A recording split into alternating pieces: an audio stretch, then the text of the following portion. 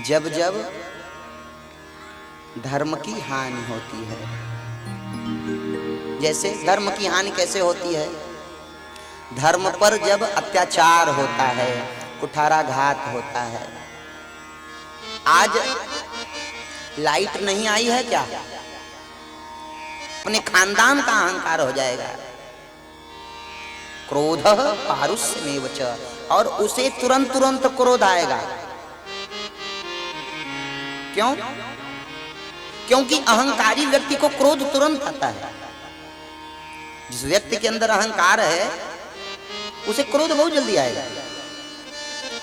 अज्ञान, ये आसुरी पुरुष के लक्षण हैं। और आसुरी पुरुष कैसा होता है?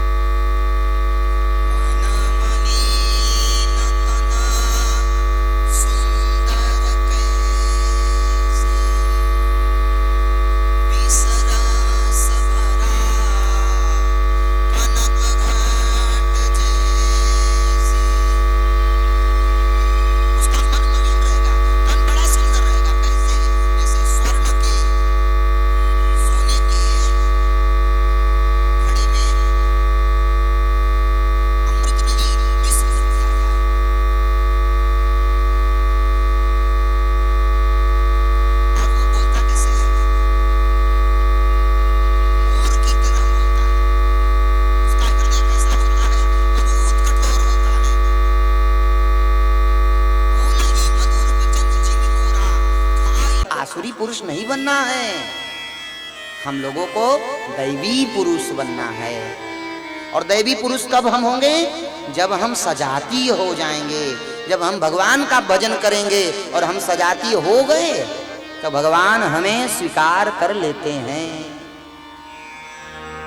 एक अपने हृदय का भाव आप सभी से प्रस्तुत करूं।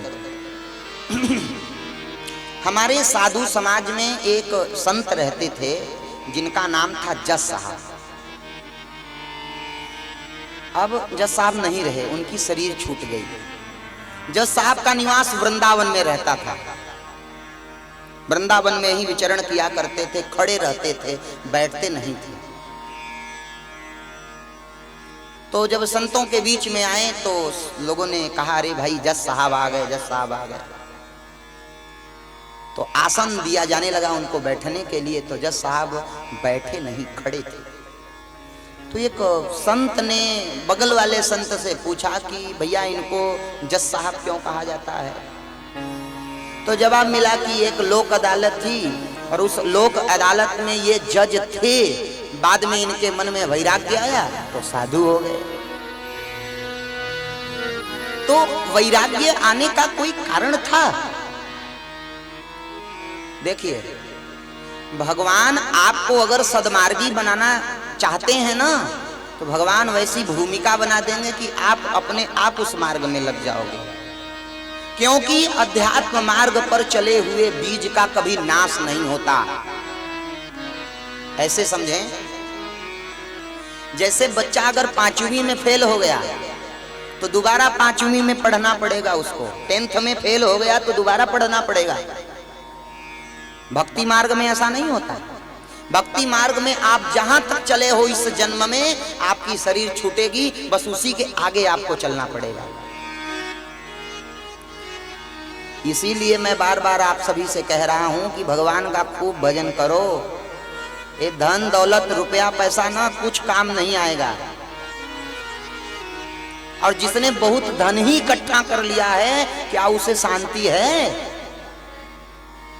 24 घंटे मनुष्य भाग रहा है पैसे के चक्कर में, घूम रहा है। ऐसे मिल जाए, ऐसे मिल जाए, ऐसे मिल जाए। अरे जो सविट बड़ा हुष्ट खड़ई संसुतः पुरुषः पशु, भागवत जी में प्रमाण मिलता है।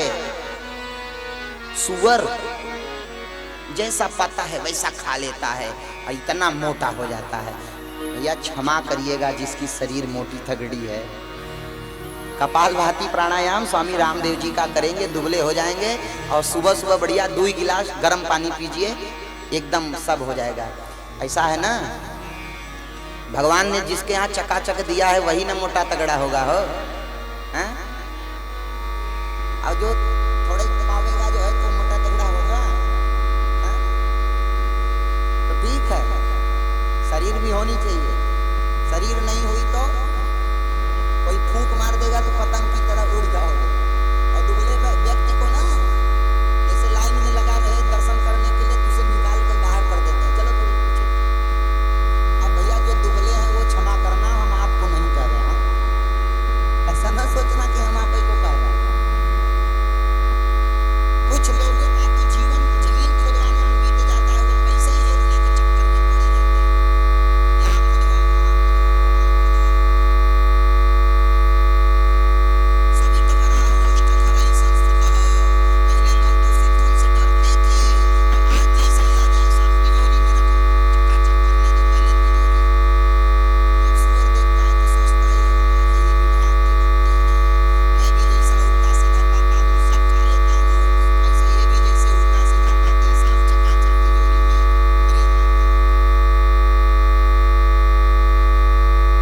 कुछ होते हैं सिर ऊपर करके चलते हैं, साधु संतों के चरणों में प्रणाम नहीं करते, रामायण जी के चरणों में प्रणाम नहीं करते। ऊंट देखता है तो सोचता है वाह, इसकी लंबाई चौड़ाई तो मेरे जैसे है, पर इसका सिर भी मेरे जैसे उठा हुआ है, वो तुंग की तरह। खरा ही संस्कृतः। जैसे हम अपने घर गृहस्थी में कितना काम करते रहते हैं, रात दिन काम करते रहते हैं, तो कभी गधा जब हम लोगों को देखता है ना तो गधा सोचता है ये मेरे खानदान का लगता है, मैं भी अपने मालिक की बड़ी सेवा करता हूँ, ये भी रात दिन अपने घर की सेवा करता रहता है। गधे को पारिश्रमिक कभी नहीं मिला, दूध अंडा मिला, जब मिला तो मालिक दूध अंडा दिया। इसलिए अपना जीवन इसी घर गृहस्थ में ही मत बिता दो, इतना ध्यान रहे कि आए थे हरि भजन को ओटन लगे कपास। एक आदमी जंगल में गया भजन करने, और जब जेठ का महीना आया तो बढ़िया कपास के नीचे बैठा था, रुई गिरने की, उसके दिमाग में भजन का भूत खत्म, लगा रुई बटोरने। सोचा इसका गद्दा बनवाएंगे, इसका तकिया बनवाएंगे, इसका मसलद बनवाएंगे।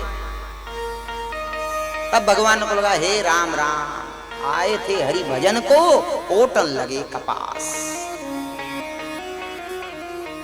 ध्यान दें। और वैसे भी आप संसार का कोई काम कर लो,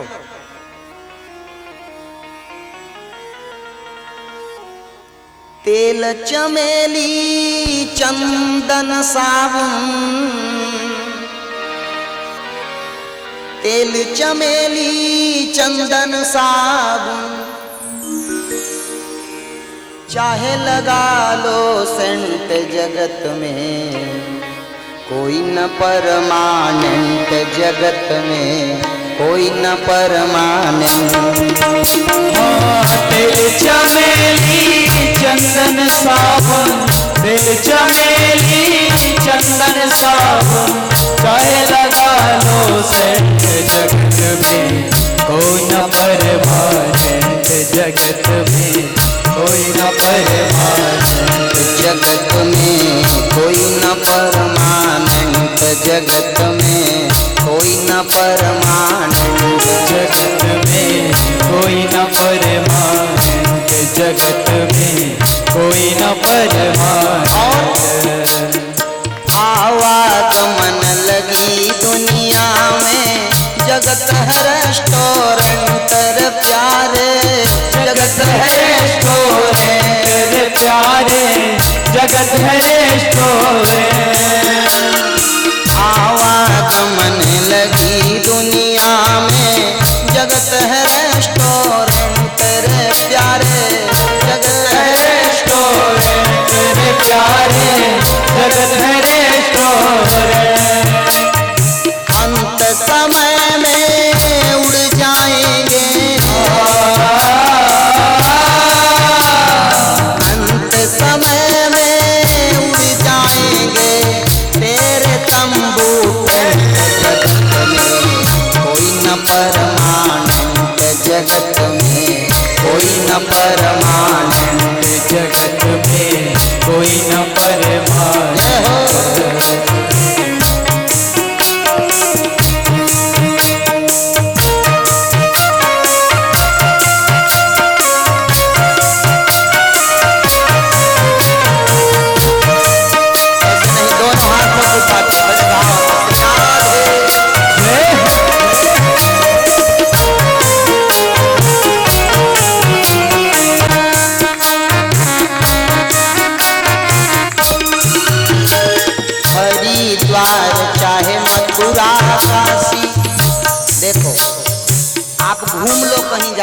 हरिद्वार, मथुरा, काशी, प्रयाग कहीं भी घूम लो।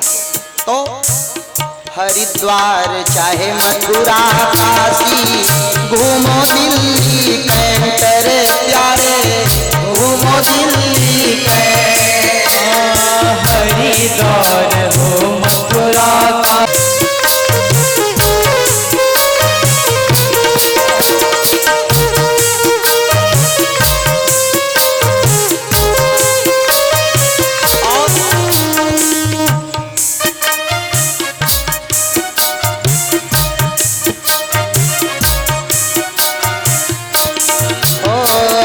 राष्ट्रपति या जर्नल कर्नल, चाहे हो लेफ्टिनेंट तेरे प्यारे, चाहे हो लेफ्टिनेंट।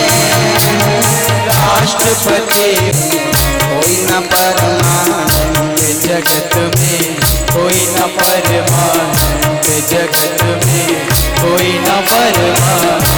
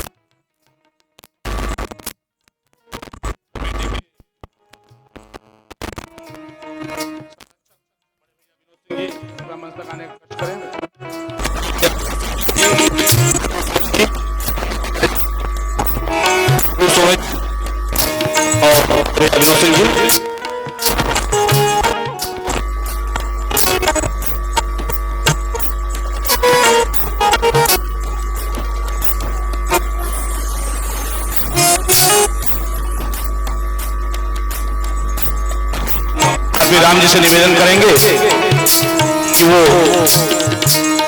हारमोनियम पर बैठे। आप लोग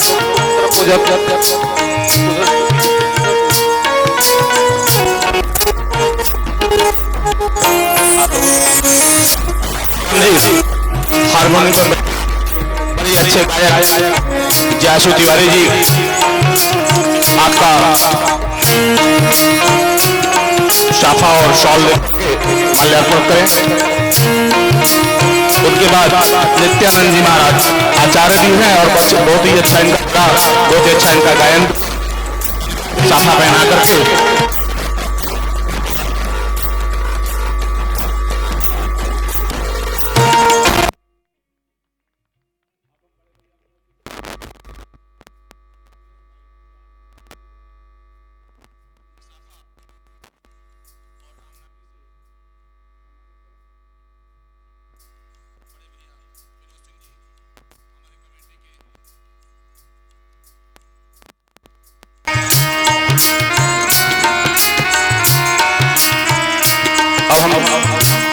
संजय भाई जो तबला बैठे हुए हैं आरपी राम जी से निवेदन करेंगे कि कृपया वो शाखा पहना करके और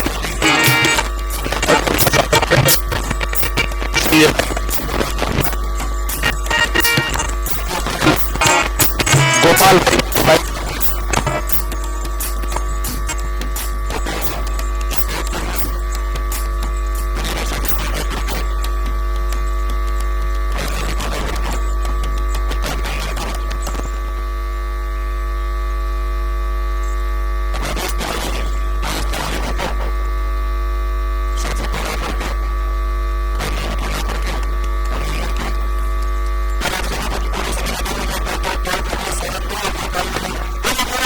भगवान की, मां पारंबा की।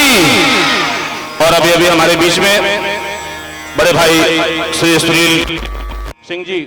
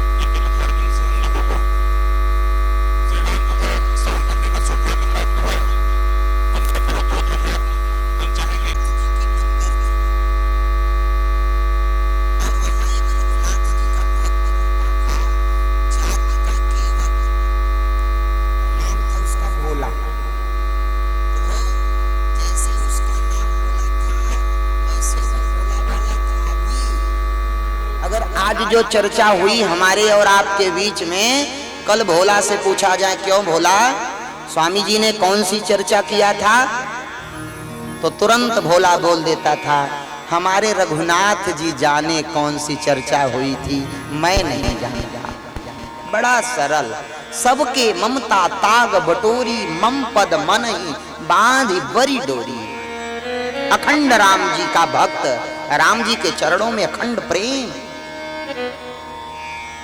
बंधुओं, भोला को 3 बच्चे थे, 2 बेटा और 1 बेटी। बिटिया जब सयानी हुई तो प्रत्येक माता पिता को चिंता होती है कि बेटी का विवाह किसी सत्पुरुष के साथ हो जाए, पाणी ग्रहण संस्कार किसी सत्पुरुष के साथ हो जाए। भोला बड़ा गरीब था, भोला के पास पैसे नहीं थे। बच्चों से कहा बेटा अब तो बिटिया सयानी हो गई है, विवाह करना है, घर में धन नहीं है, तो कैसे विवाह किया जाए। बच्चों ने कहा पिताजी गांव के जो धनवान सेठ जी हैं उनसे पैसे ले लिया जाए और जब बहन का विवाह हो जाएगा हम लोग कमाई करेंगे और उनका जो ब्याज दर तय रहेगा, ब्याज दर उनका चुकता कर देंगे, मूलधन भी चुकता कर देंगे, कुछ ले लीजिए कर्ज उनसे। तो गांव के जो धनवान सेठ जी थे, भोला उनके पास गया और हाथ जोड़ के कहा सेठ जी मुझे अपने बेटी की शादी करनी है, मुझे आप धन दे दीजिए। ध्यान दें, ये जो मैं कथा सुना रहा हूँ एक काल्पनिक कथा नहीं है, ये कलिकाल की सत्य घटना है और मैं व्यासपीठ के माध्यम से कभी भी काल्पनिक कथाओं को नहीं सुनाता। जो प्रमाण है भक्तमाल में लिखी कथाएं हैं, मैं उन्हीं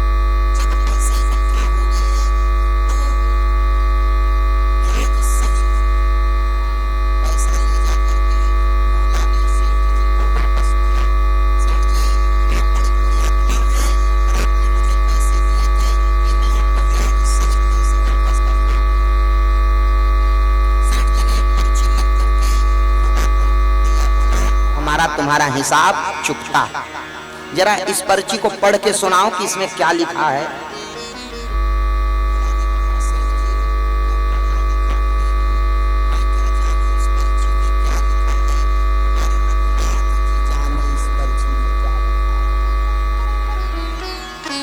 तुरंत सेठ जी के अंदर पाप जागृत हो गया। ध्यान दें, सेठ जी के अंदर हो गया। बड़े अच्छे सेठ जी हैं। कोई ऐसे सेठ रहे जिनका दिल दिमाग ठीक नहीं था। अब आप जो सेठ जी हैं यहाँ, उनके लिए नहीं है भाई। सेठ जी के मन में पाप जागृत हो गया। बोला बोला जरा पानी लाना। भोला पानी लेने के लिए गया। सेठ जी ने पर्ची बदल दी और दूसरी पर्ची भोला को दे दिया। भोला तो बिल्कुल सरल पर्ची लिया और ले गया, रघुनाथ जी के चरणों में समर्पित किया और पर्ची लेकर के आया, तकिया के नीचे रखकर सोने लगा। समय बीता, सेठ जी ने भोला के ऊपर मुकदमा दायर कर दिया।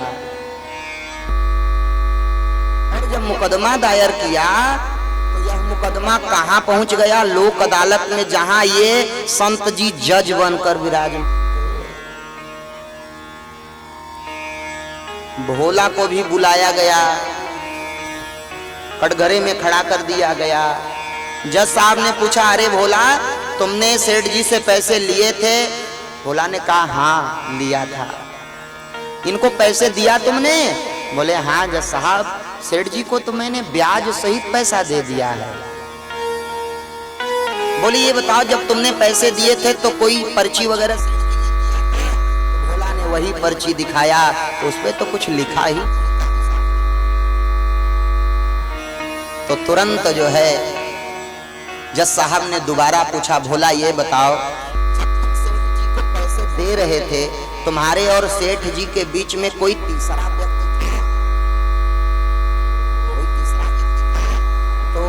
भोला के आंखों में आंसू आ गया। भोला रोने लगा। भोला ने कहा, जज साहब, मेरी पूरी उम्र बीत गई, मैं कभी झूठ नहीं बोला। हमारे और सेठ जी के बीच में हमारे रघुनाथ जी के सिवा और तीसरा कोई नहीं।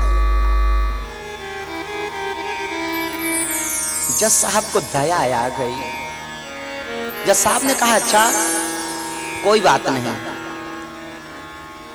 उस दिन जब भोला चला आया घर तो जज साहब को लगा कि रघुनाथ नाम का कोई आदमी है, और जज साहब ने रघुनाथ जी के नाम से सम्मन जारी कर दिया, नोटिस जारी कर दिया। इसलिए रघुनाथ जी को आना पड़ेगा और वही गवाही दे। मेरे भाई बहन,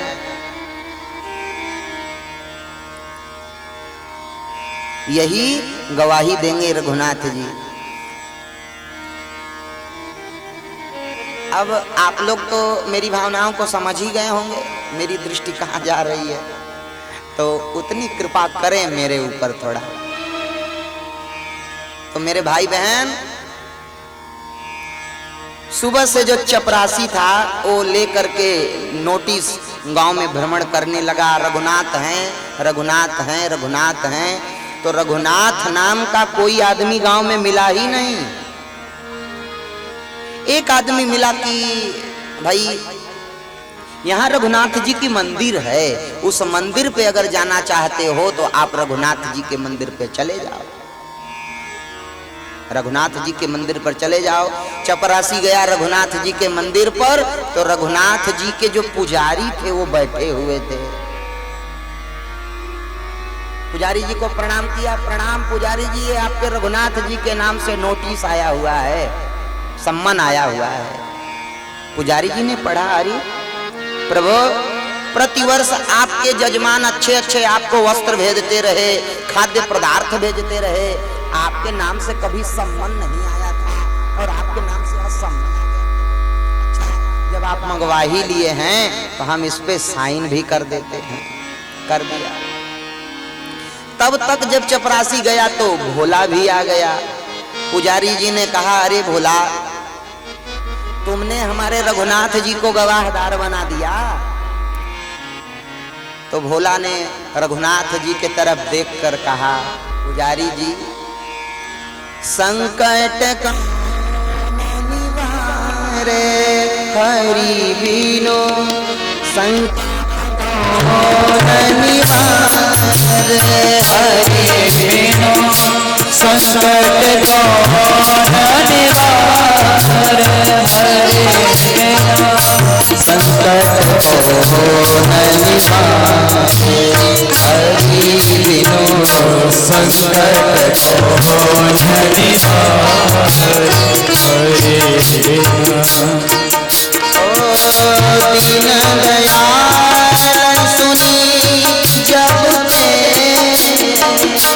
दीन दयाल सुनी तब से मन में कछु ऐसी बसी, तब से मन में कछु ऐसी बसी है। हेरु कहाँ और गुरु कहाँ, हेरो कहाँ ढूंढो कहाँ, बस तेरे ही नाम की भेंट कसे है, तेरे नाम की भेंट कसे है। संकट कौन निवारे हरि बिनु संकट कौन निवारे, हरि बिनु संकट कौन निवारे, हरि बिनु संकट कौन निवारे। हे प्रभु, आपके सिवा इस संसार में मेरा है कौन मालिक? भोला ने कहा, प्रभु एक बात का ध्यान देना, आप अगर कल गवाहदार बन करके नहीं गए ना, तो मैं दास आपका हूं, वहां मेरी हंसी नहीं प्रभु, तुम्हारी हंसी है, मेरी हंसी नहीं तुम्हारी हंसी। रात्रि बीती, प्रातः काल हुआ, पुजारी जी ने बड़ा सुंदर भगवान को स्नान कराया, चंदन लगाया, नए नए वस्त्र पहनाए, खाद्य पदार्थ भोग लगाया। भोला भी सुबह स्नान ध्यान करके लोक अदालत जब पहुंचा, तो चपरासी को जज साहब ने कहा कि भोला आया? तो भोला ने हाथ जोड़ के कहा, हाँ प्रभु मैं आया हुआ हूं जज साहब। तो बोले, भोला तुम्हारे रघुनाथ जी आए? तो भोला ने कहा, हाँ जज साहब आए हैं, यहीं कहीं बैठे होंगे, आए हैं यहीं कहीं बैठे होंगे। तो जज साहब ने इशारा दिया चपरासी को कि गुहार लगाओ। तो चपरासी ने गुहार लगाया, रघुनाथ हाजिर हो, रघुनाथ हाजिर हो, रघुनाथ हाजिर हो। 3 बार जब लगाया तो देखने क्या मिलता है, एक ब्राह्मण देवता जिनकी कमर झुकी है, फटे फटे कपड़े पहने हैं, माथे पर पगड़ी बांधे हैं, रोरी चंदन लगाए हैं, हाथ में छड़ी लिए हैं, गले में तुलसी की माला पहने हैं और हाथ उठा के करे, हाँ रघुनाथ हाजिर हैं, रघुनाथ हाजिर हो, हाजिर हो, हाजिर हो। ऐसे 3 नारे जो लगाए हैं, चाल लटपटी सी, एक वृद्ध की झुकी सी देह, दुपट्टी फटी सी, शीस बांधे धरि धाए हैं, हाथ माही छड़ी और पड़ी तुलसी के हिये माल, माथे पर रोरी 4 चंदन चढ़ाए हैं। साहब के सामने विनीत चपरासी 7, आज रघुनाथ जी गवाह बनी आए, आज रघुनाथ जी गवाह बनी आए।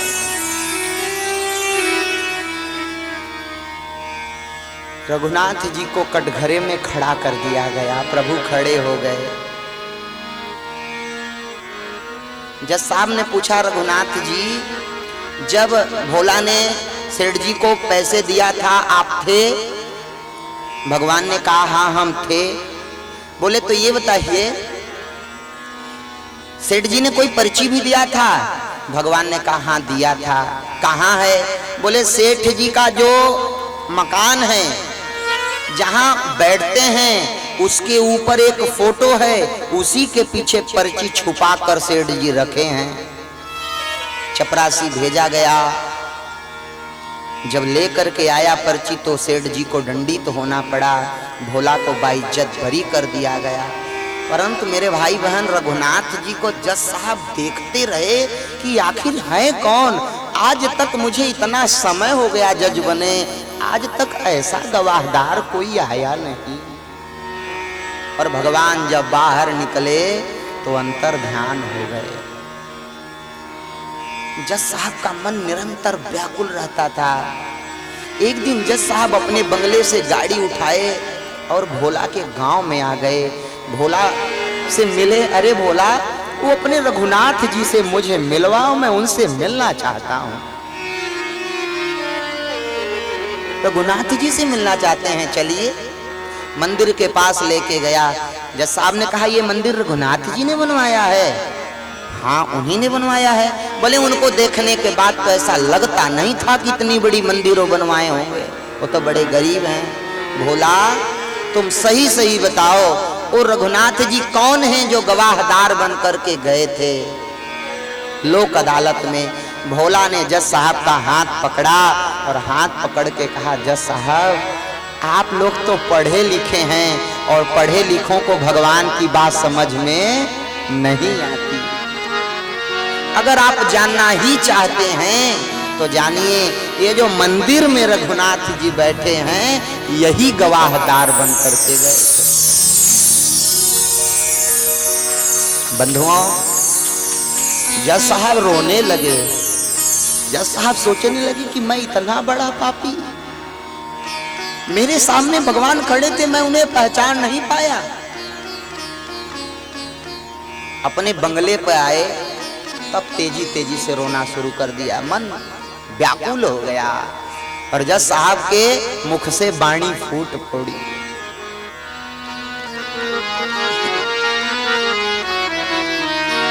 शिव सारद नारद शेष महेश सुरेश ध्यानन आते रहे, सोई आज विनीत अदालत में केवटा के गवाह कहाते रहे। जज साहब को रोता हुआ देखकर चपरासी दौड़ कर आया। अरे बोला सरकार आप रो क्यों रहे हैं? बोले भगवान दर्शन दिए, मैं भगवान को पहचान नहीं पाया। तब उसने कहा जब भगवान ने आपको दर्शन दे दिया तो आप प्रसन्न होइए। जज साहब बोले सुख धोखे हो दर्शन दियो को भयो, दुख नाही न जो तजी जाते रहे, और कुर्सी पे बना मैं जज बैठा रहा गया।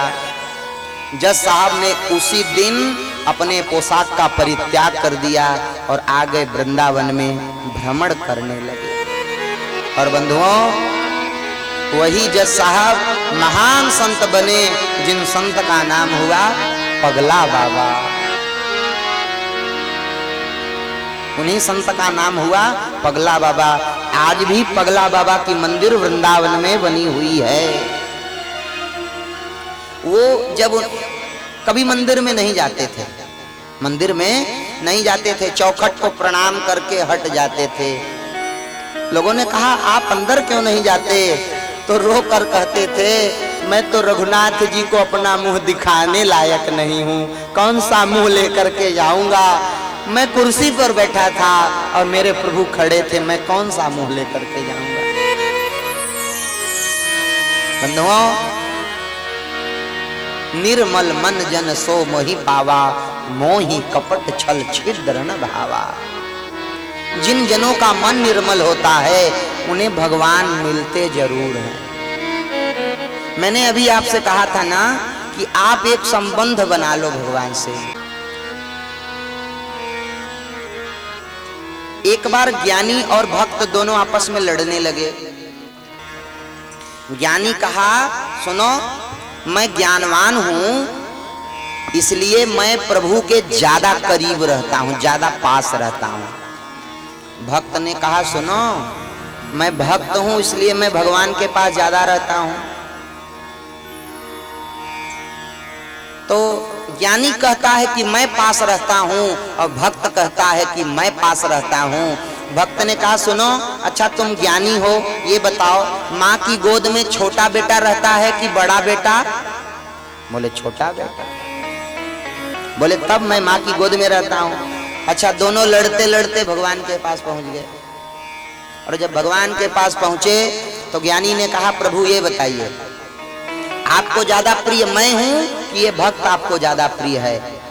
तुरंत भगवान ने कहा, भैया, ज्ञानी मेरी आत्मा है, ज्ञानी मेरी आत्मा है। भक्त का मन निराश हो गया कि लगता है मालिक मुझे छोटा समझ रहे हैं। भक्त जाने लगा। भगवान ने कहा, रुको, तुम कहां जा रहे हो? उसने हाथ जोड़ के बोला, प्रभु अब तो समझ गया, जब ज्ञानी आपकी आत्मा है तो आप मुझे कहां जगह देंगे? भगवान ने कहा, सुनो सुनो, ज्ञानी तो मेरी आत्मा है और भक्त मेरा परमात्मा है, भक्त मेरा परमात्मा है। इसलिए एक बार संबंध बनाओ भगवान से। श्रीमद् भागवत महापुराण में भीष्म पितामह जब उनकी जाने की तैयारी हुई तो भगवान आकर सामने खड़े हो गए तो स्तुति किया, प्रभु सदैव देव भगवान प्रतीक्षता कलेवरं यावदिदं हिनोम्यहम् प्रसन्नः सारुणलोचलोलसन् मुखाम्बुजो ध्यानपथः चतुर्भुजः मुखाम्बुजो ध्यानपथः चतुर्भुजः। ध्यान दें, श्रीमद् भागवत महापुराण में 11 श्लोकों में भीष्मकृत स्तुति है। 2-4 मंत्र हम लोग भी गा लें बड़े भाव से। भीष्मकृत स्तुति, भीष्मकृत स्तुति बड़े भाव से। अगर आपसे बनेगा तो गाइएगा, नहीं तो मैं गाऊंगा, पीछे पीछे आप लोग गुनगुनाइएगा।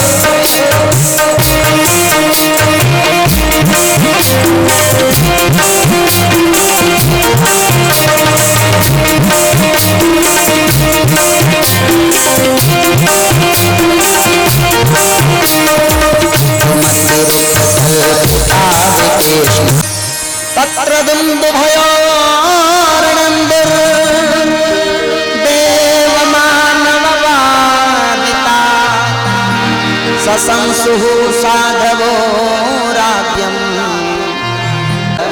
इंदिरा शाश्वत ही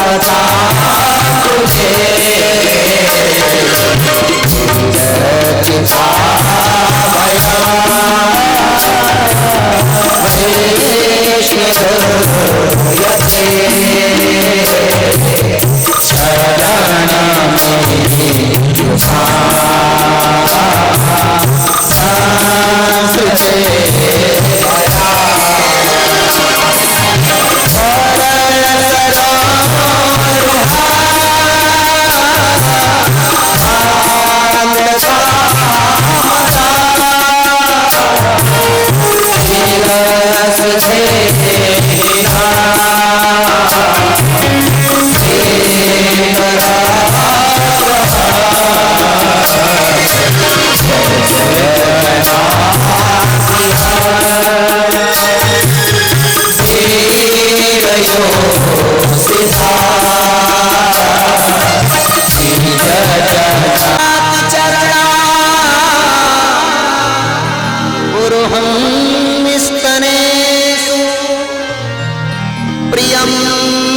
धीमहि कर्क से सो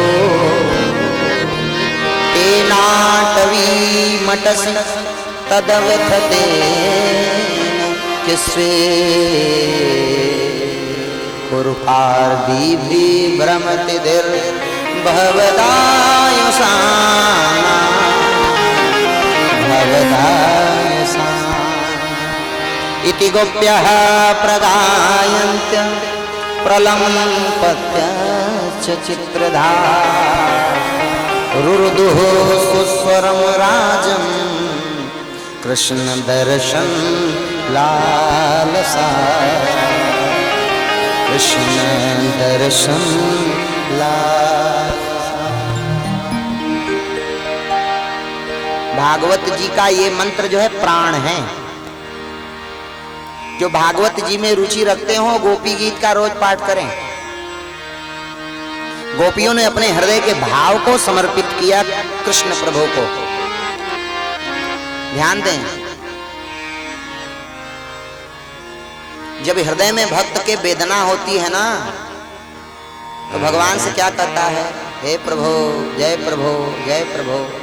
जो जकार शब्द है वो पहले निकलता है और जकार शब्द ब्रह्म सूत्र का दूसरा सूत्र है जकार।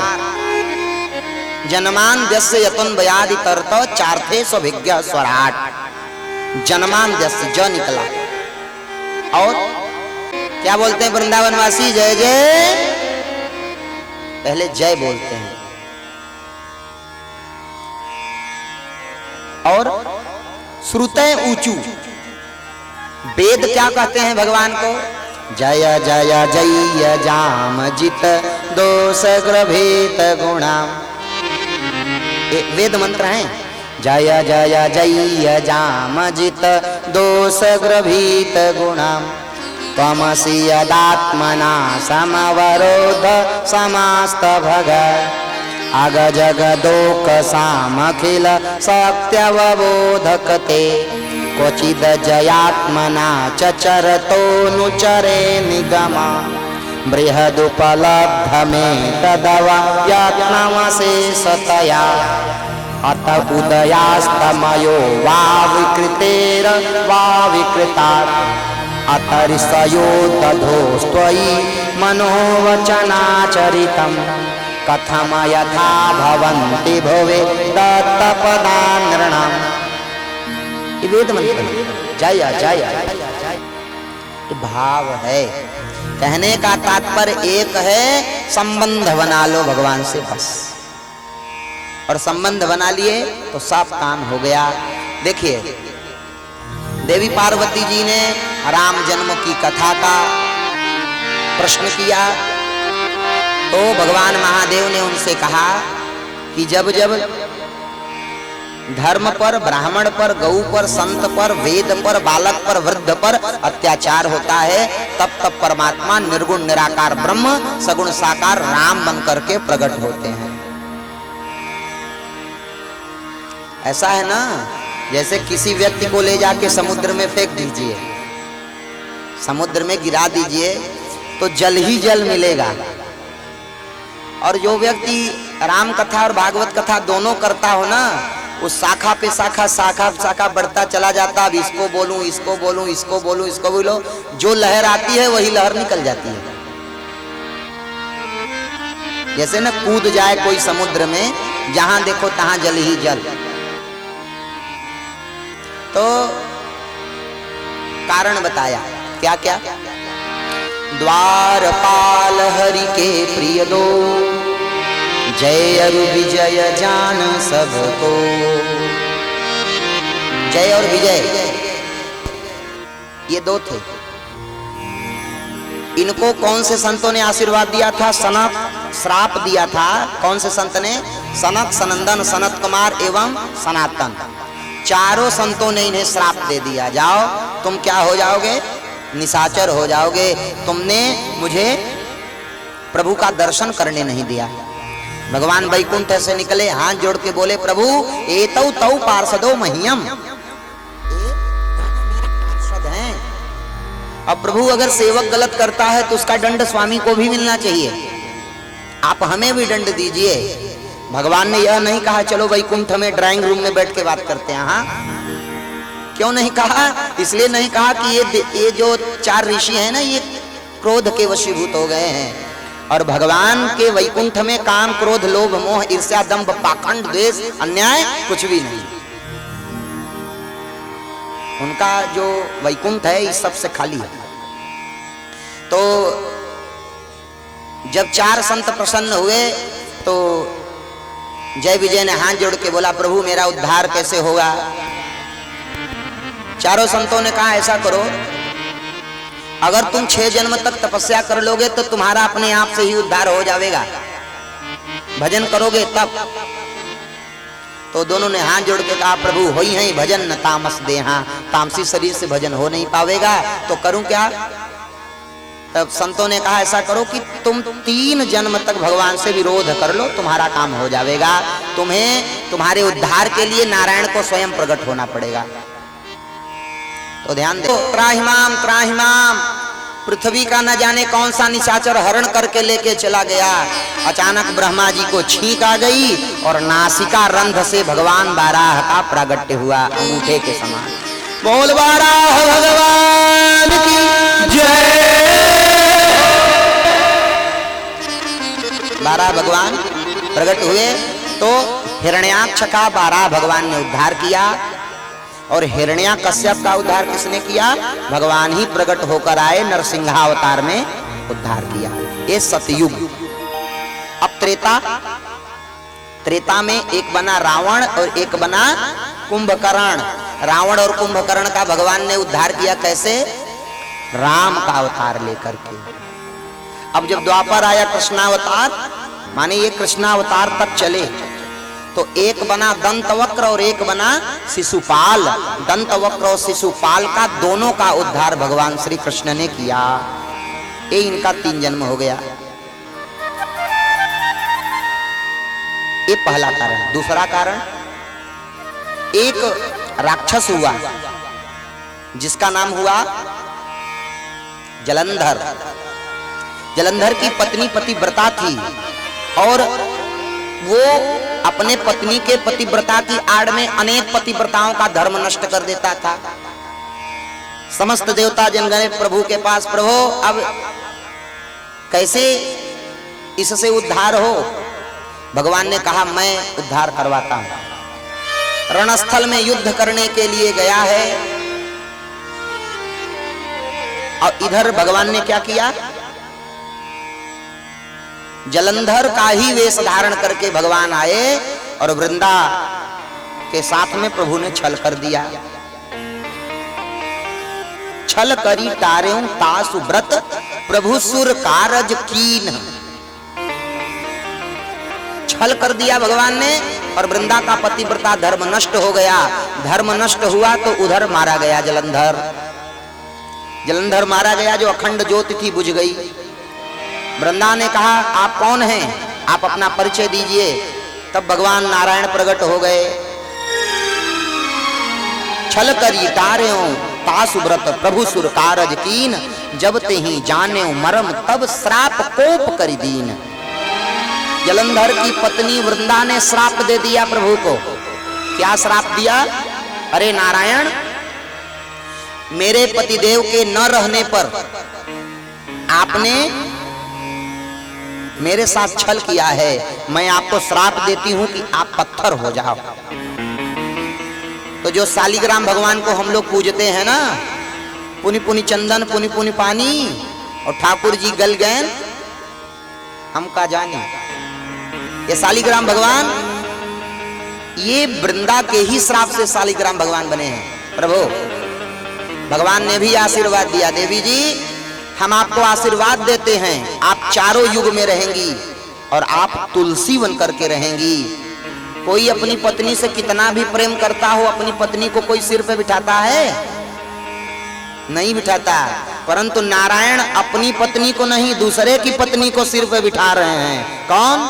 जलंधर की पत्नी वृंदा जो तुलसी बन करके प्रकट हुई, और जब तक शालिग्राम भगवान के सिर पर नहीं चढ़ाई जाती तब तक शालिग्राम भगवान का सिर दर्द करता रहता है। ये तुलसी की महिमा। इसीलिए मैंने कहा था आप सभी से कि सुबह सुबह एक तुलसी पत्र लो और थोड़ी सी गंगा जल लो, 48 घंटे में कहीं शरीर छूट जाएगी, आपको वैकुंठ हो जाएगा। अब देखो, इस शरीर का लाइसेंस थोड़ी है कि कितना दिन तक जिएगा। हाँ, अभी बात कर रहा है, आगे श्वासा निकल गई, खत्म। तो कम से कम अपने जीवन को तो सार्थक बनाओ और तुलसी की कंठी धारण करो। तुलसी की कंठी धारण करना तो एक बात का ध्यान रखना, खान पान अपना शुद्ध रखना भैया। तो जब ये उल्टा सीधा पाए जा रहे हो जो भी सुअर की तरह, वो सब मत पाना। हाँ, प्याज लहसुन भी मत पाना। फिर